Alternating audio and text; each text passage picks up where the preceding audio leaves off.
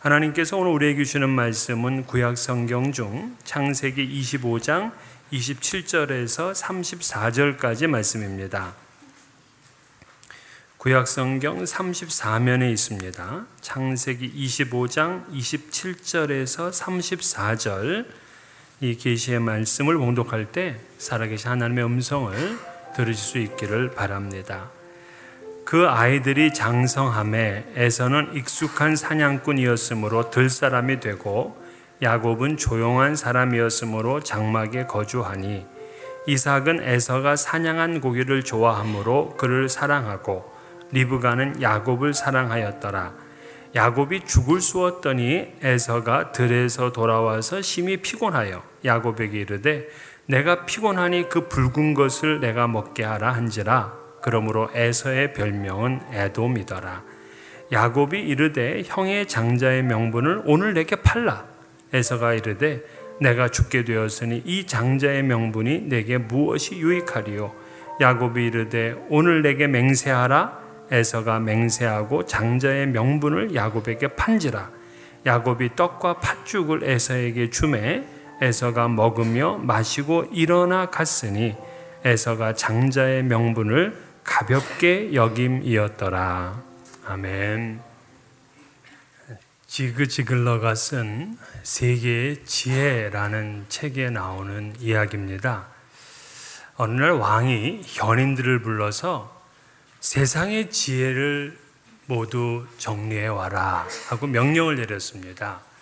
이 현인들이 전 세계로 흩어져 가지고서 세상의 지혜를 모았습니다. 그래가지고 책으로 12권을 만들어서 왕에게 헌정을 했습니다. 이때 왕이 너무 많구나, 줄여라 하고 얘기를 하더래요. 그래서 이 현인들이 다 같이 모여가지고 또 연구를 해서 드디어 책을 한 권으로 줄였습니다. 왕에게 가져갔더니 왕이 이것도 너무 많구나, 더 줄여라 하고 얘기를 하더래요.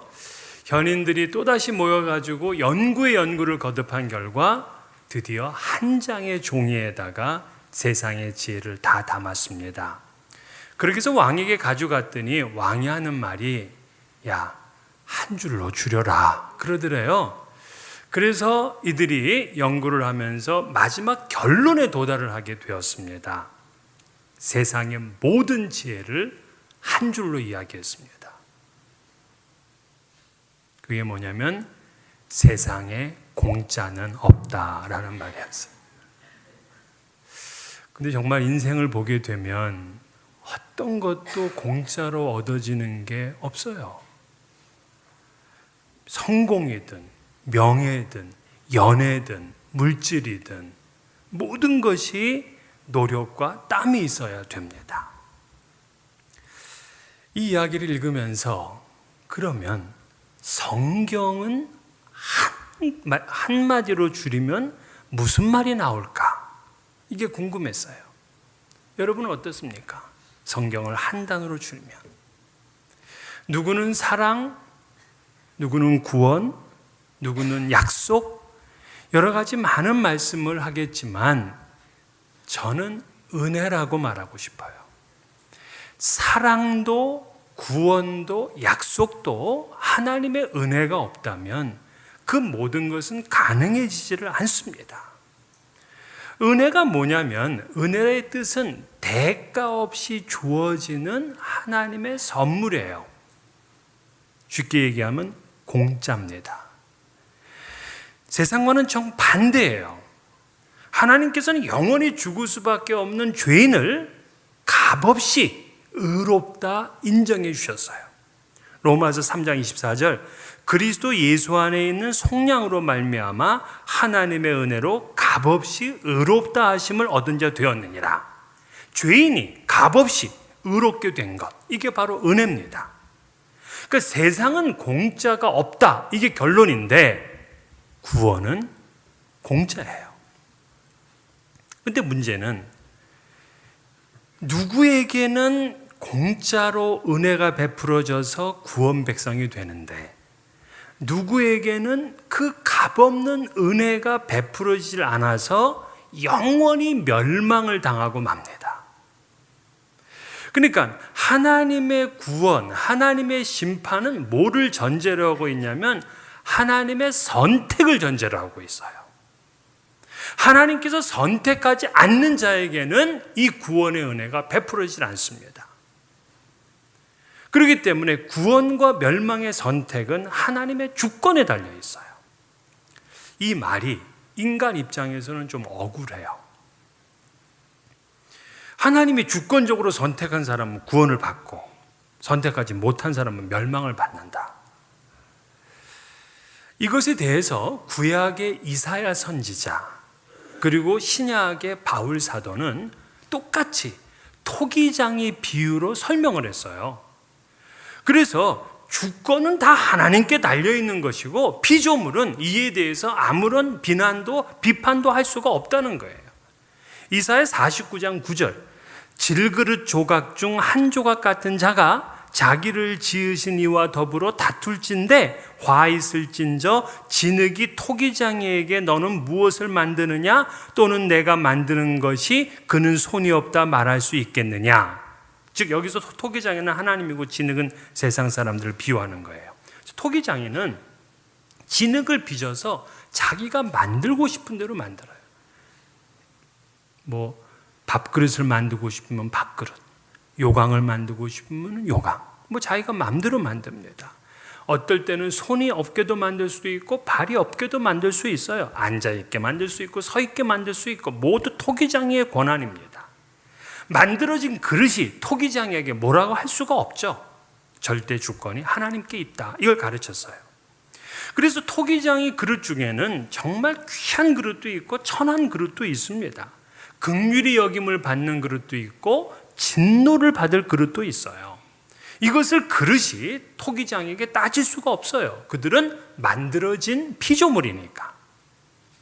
이렇게 구약과 신약의 대가들이 토기장의 비유로 이야기를 했어. 그런데도 우리는 잘 납득이 안 돼요. 아무리 그래도 그렇지 하나님께서 선택하지 않았다고 내가 깨지고 버려져야 되느냐? 영원한 멸망의 심판을 당해야 되는 것인가? 동의가 안 돼요. 토기장의 이야기를 하면 이상하게 하나님의 횡포 같은 게 느껴져요. 그렇다면 우리는 정말 하찮은 그릇과 같은 존재인가? 하나님은 우리 인생을 가지고 이렇게 장난쳐도 되는 것인가? 하는 이런 반감이 듭니다. 하지만 분명한 것은 하나님의 우릇을 그냥 깨진 그릇과 같은 존재로 생각하지 않아요. 우리 인생을 장난치잖아요. 여러분, 장난을 위해서 독생자를 십자가에 못 박혀 죽게 할 부모는 없어요. 하나님의 선택은 언제나 긍휼에서부터 나온 것이라는 사실을 깨달아야 됩니다. 이 설명을 제가 할 거예요. 하나님의 선택은 구원받을 자를 구원받지 못하는 방향으로 이끌질 않아요. 하나님의 선택은 반드시 구원받지 못할 자를 구원받는 쪽으로만 움직여요. 하나님의 방향은 하나예요. 쌍방이 아니에요. 자, 이게 무슨 말이냐면 인류는 아담의 범죄로 인해서 죄가 유전되고 모든 사람이 죄를 가지고 태어나요. 그래서 죄의 삭은 사망에 이르게 됩니다. 모든 인류에게 사망이 다 연결되어 있어요. 하나님이 선택해 주시고 하나님의 은혜를 베풀어 주지 않는다면 우리는 그 죄의 값인 사망으로 끝나야 됩니다. 이것이 인간의 실존이고 인간의 현 주소예요. 그런데 이 모두 죽어야 되는 이 상황에서 하나님이 선택해 주시고 은혜를 베풀어 주시면은 그 사람은 사망에서 생명으로 옮겨집니다. 방향이 딱 요거 한 가지예요. 그 반대로 가지 않습니다. 하나님이 선택하지 않았다? 그 원래대로 우리는 다 죽는 거예요. 멸망이에요. 그러나 하나님이 선택하셨다? 그러면 오직 한 방향 구원의 역사로만 인도함을 받습니다. 하나님의 선택받은 자는 무한한 하나님의 영적인 축복을 누리게 돼요. 이것을 바울 사도가 호세아 선지자의 글을 통해서 예증을 했습니다. 자, 로마서 9장 25절 26절에 이렇게 얘기를 해요. 호세아의 그래도 이르기를 내가 내 백성 아닌 자를 내 백성이라 사랑하지 아니한 자를 사랑한 자라 부르리라. 너희는 내 백성이 아니라 한 그곳에서 그들이 살아계신 하나님의 아들이라 일컬음을 받으리라 함과 같으니라. 자, 요 말씀을 이해하려면 구약 성경의 호세아서를 이해해야 돼요. 하나님께서는 호세아 선지자에게 어느 날 나타나셔서 저 창기 고멜이라는 여인을 아내로 맞아라 하고 명령을 했어요. 원래 선지자는 부정한 여인을 아내로 맞을 수가 없게 돼 있어요. 이게 율법이에요. 근데 하나님은 율법을 초월해서 그 고멜을 아내로 맞이하라는 겁니다. 이것은 하나님께서 당신의 사랑을 선지자의 몸으로 보여주라 하는 그 뜻이었기 때문에 호세아는 순종을 해서 고멜을 아내로 데려와요. 이 고멜이 시집을 와가지고는 애를 셋 낳는데 이 세 명의 아이가 호세아의 씨인지 아닌지 몰라. 불명확해요. 그리고는 이 세 명에게 이름을 지어 주었습니다. 근데 그들의 이름이 당시 이스라엘의 영적인 상태를 나타내는 이름이에요. 첫째 아들은 이스르엘입니다. 그 이스라엘의 뜻을 호세아서 1장 4절에 이스라엘 족속의 나라를 패할 것임이니라. 즉 이스라엘은 흩어져 망한다 이런 뜻이에요. 둘째는 딸을 낳았습니다. 딸 이름이 로루하마입니다. 로루하마는 무슨 뜻이냐? 호세아 1장 6절 내가 다시는 이스라엘 족속을 긍휼히 여겨서 용서하지 않을 것임이니라. 즉 긍휼히 여기지 않는다 뜻이에요. 세 번째는 아들을 낳았습니다. 로암미입니다. 호세아 1장 9절 너희는 내 백성이 아니요 나는 너희 하나님이 되지 아니할 것임이니라. 로암미 내 백성이 아니다야. 이것이 호세아서 1장에 나오는 내용들인데 이스라엘의 영적인 상태가 그럼 어떻다는 얘기느냐? 하나님의 긍휼을 받지 못하는 로루하마, 그래서 하나님의 백성이 되지 못하는 로암미, 이제는 그 백성들이 흩어져 망하게 되는 이스르엘이에요. 그런데 호세아서 2장 1절을 시작하면서 갑자기 이렇게 시작을 합니다.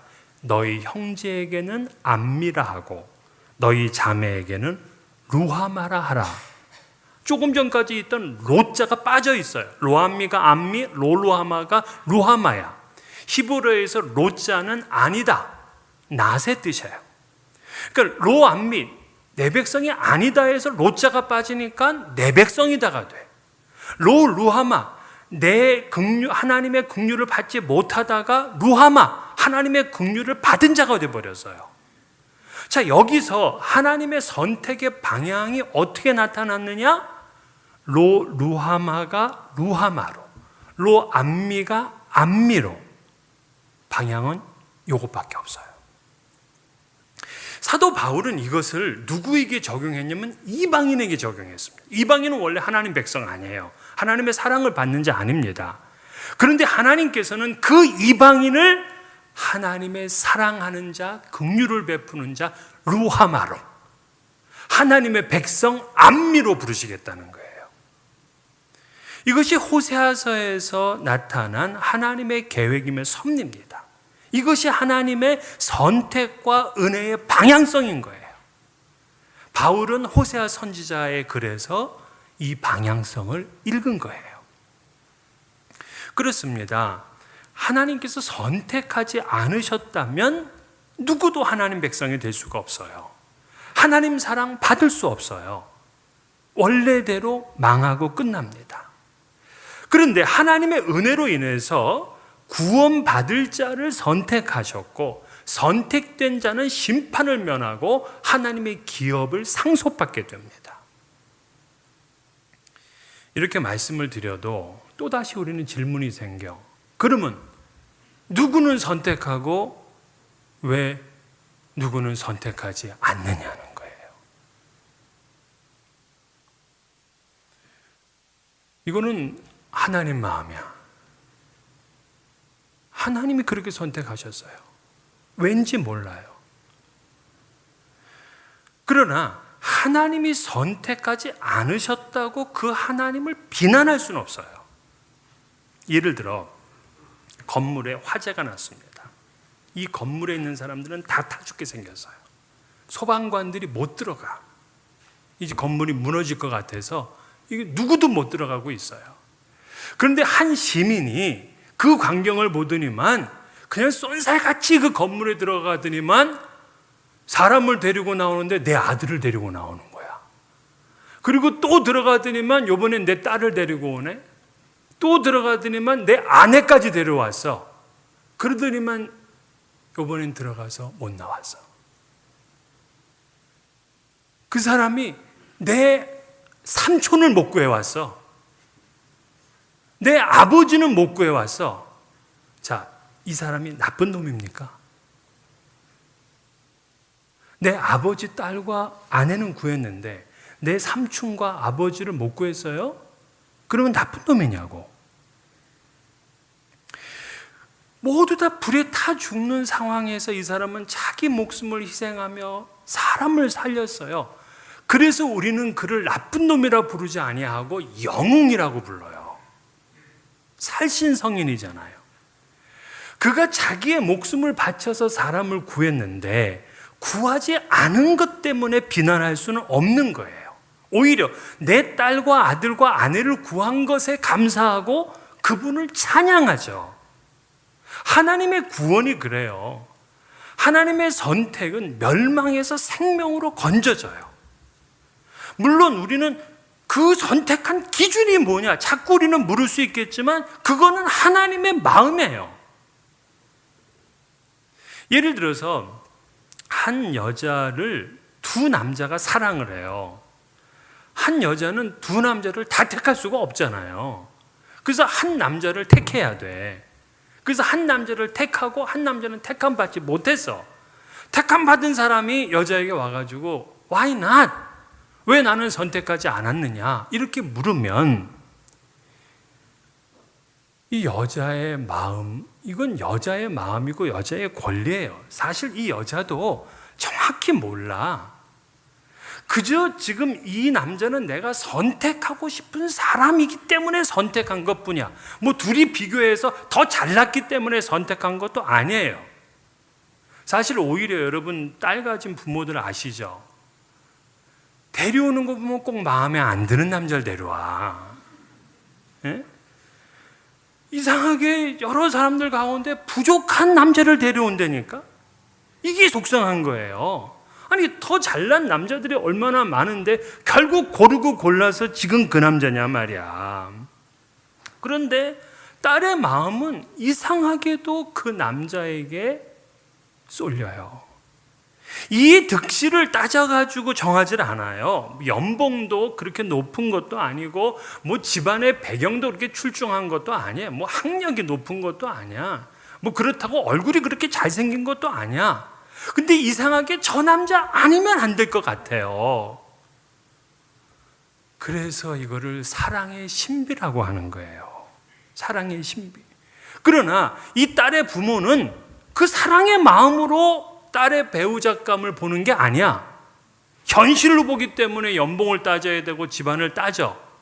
이 부모에게는 사랑이 없으니까. 하나님의 선택이 그래요. 더 훌륭하고 더 의롭고 더 기품이 있고 더 신사적이고 더 인격이 높은 사람을 선택하는 게 아니에요. 오히려 하나님의 선택한 사람 보면은 더 못해. 더 평범하지를 더 평범한 것보다도 더 못해요. 그런데 그를 선택해서 하늘의 복과 땅의 복을 무한정 내려주시는 거예요. 하나님의 선택받은 여러분과 저는 정말 행복한 사람이라는 걸 믿으시기를 바랍니다. 우리는 부족한데도 하나님이 우리를 선택해 주셨어요. 선택은 오직 하나님에게 있어요. 물론 이제 선택받지 못한 사람에게는 미안하긴 하지만 그런데 놀랍게도 선택받지 못한 사람들은요, 선택받지 못했다고 하나도 아쉬워하지 않아요. 선택을 사모하지도 않아요. 오히려 선택받은 사람들을 무시해요. 비난해요. 미워해요. 그리고 자기는 선택을 받지 못한 사람들의 처해진 운명을 따라 삽니다. 오늘 본문이 그걸 보여주는 거예요. 오늘 본문에 보게 되면 이삭이 쌍둥이 아들을 낳았습니다. 에서와 야곱이죠.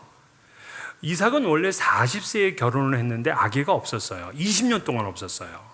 그러나 기도하다가 60세에 드디어 쌍둥이 아들을 얻었는데 하나가 에서고 하나가 야곱이에요. 에서는 에돔이라는 나라의 조상이 되고 야곱은 이스라엘이라는 나라의 조상이 됩니다. 그런데 이 두 사람을 로마서에서는 어떻게 불렀냐면 야곱은 선택받은 조상이고 에서는 선택받지 못한 조상이다 이렇게 불러요. 그럼 뭘 기준으로 선택했나? 로마서 9장 10절에서 13절.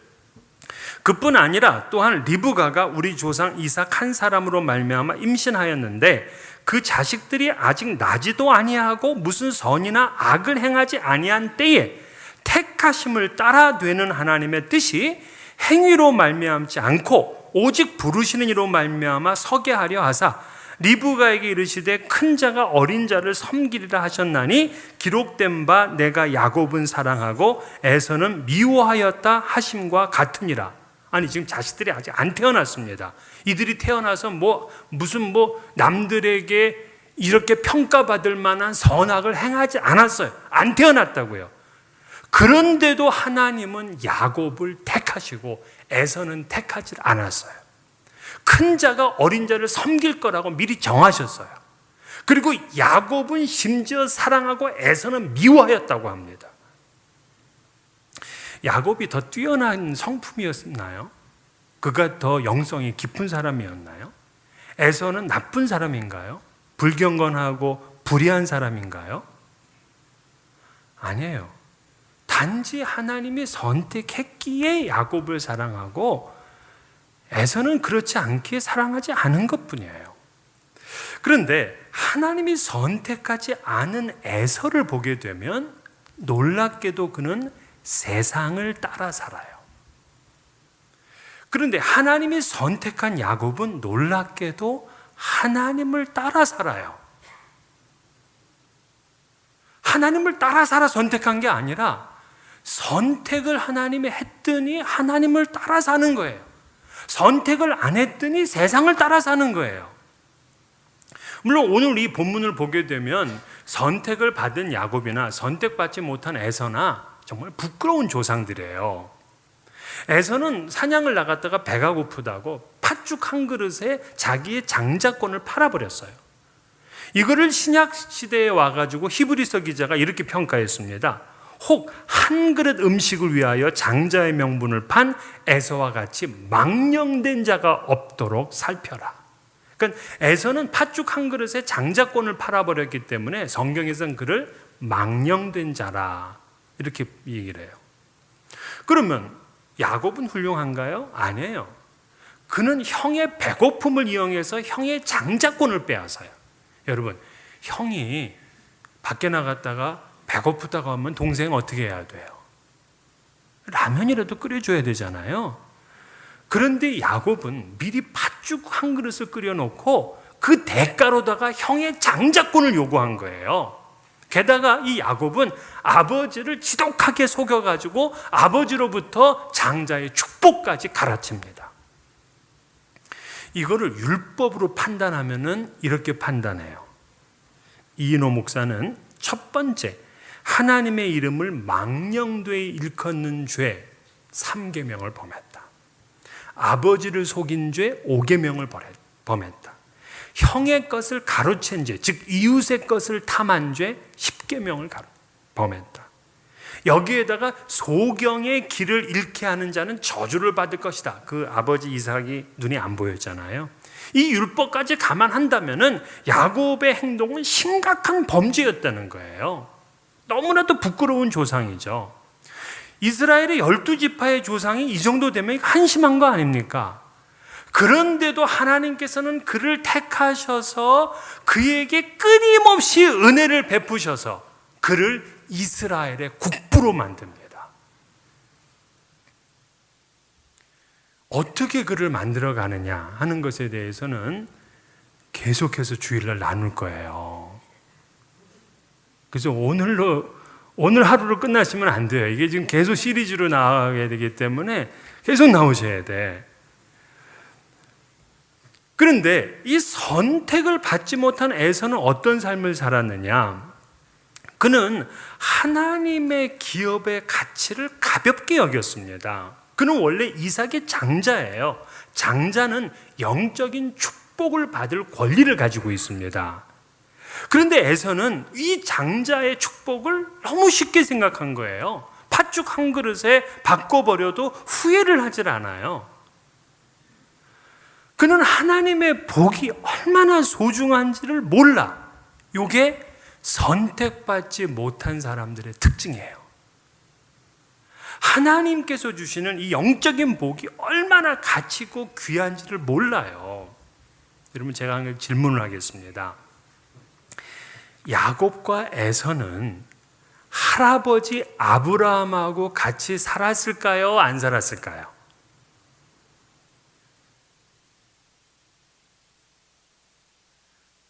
자, 저 힌트를 드릴게요. 아브라함은 175세까지 살았어요.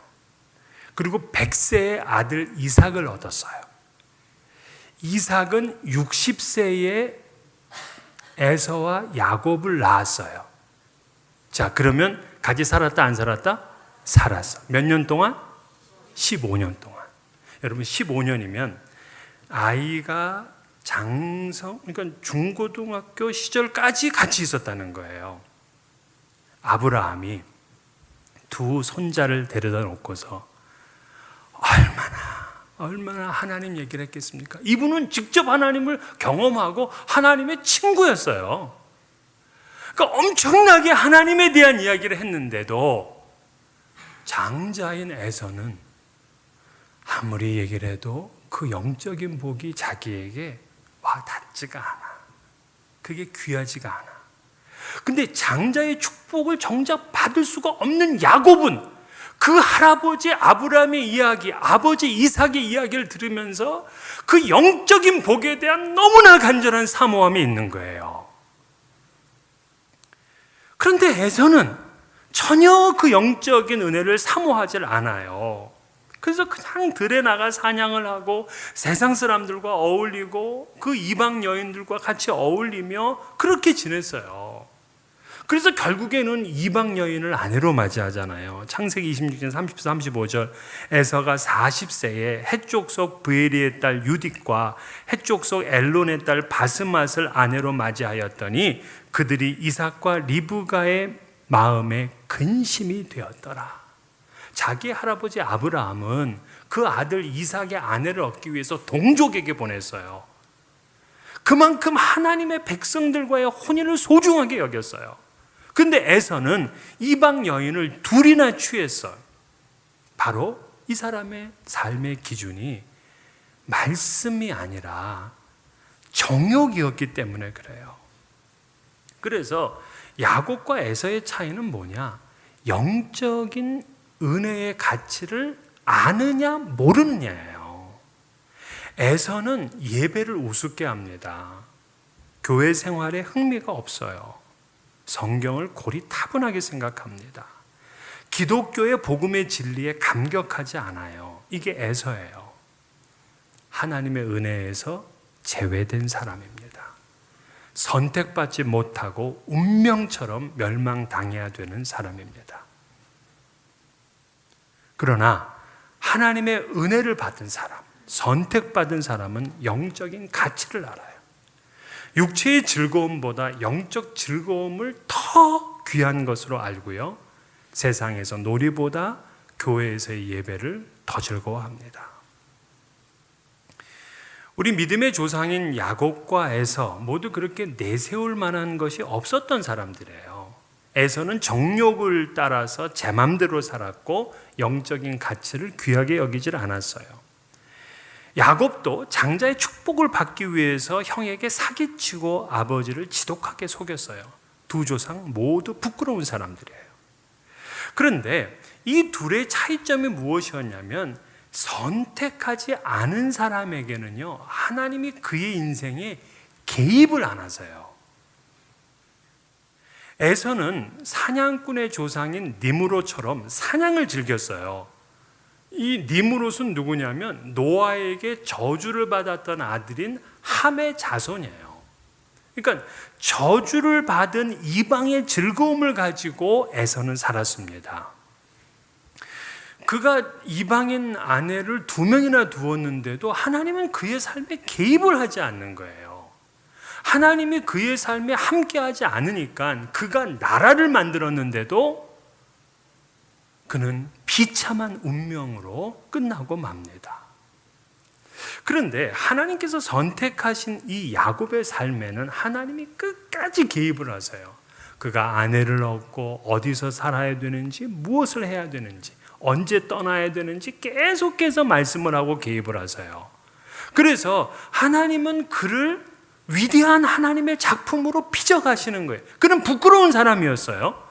그러나 하나님의 은혜가 계속해서 임하게 되니까 그는 이스라엘의 국부가 되고 12지파의 조상이 되고 하나님의 걸작품이 됩니다. 오늘 우리 교회에 초청돼서 오신 성도님들은 모두 다 VIP입니다. 우리 모두 다 부끄러운 전력을 가지고 있는 사람들이에요. 하나님의 저울 위에 냉정하게 서면 우리의 죄의 무게는 너무나 무겁고 우리의 선과 우리의 공의의 무게는 너무나 가벼울 겁니다. 그런데 하나님께서 그 야곱에게 베푸셨던 그 은혜를 오늘 우리에게도 계속 베풀게 되면 우리 삶이 놀랍게 변화되고요. 우리 자녀들은 위대하신 하나님의 가족이 됩니다. 저는 앞으로 몇 주간 이 야곱의 생애를 통해서 신앙인의 삶에 대해서 나눌 것입니다. 여러분, 오늘만으로 숙제하지 마시고요. 주일날 계속해서 나와주세요.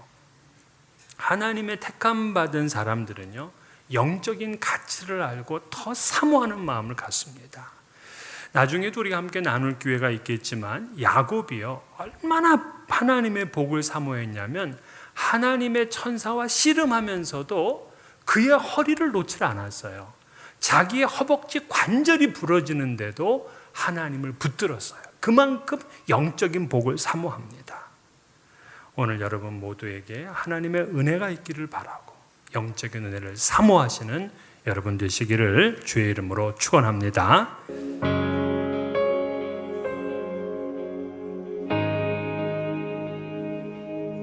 나의 눈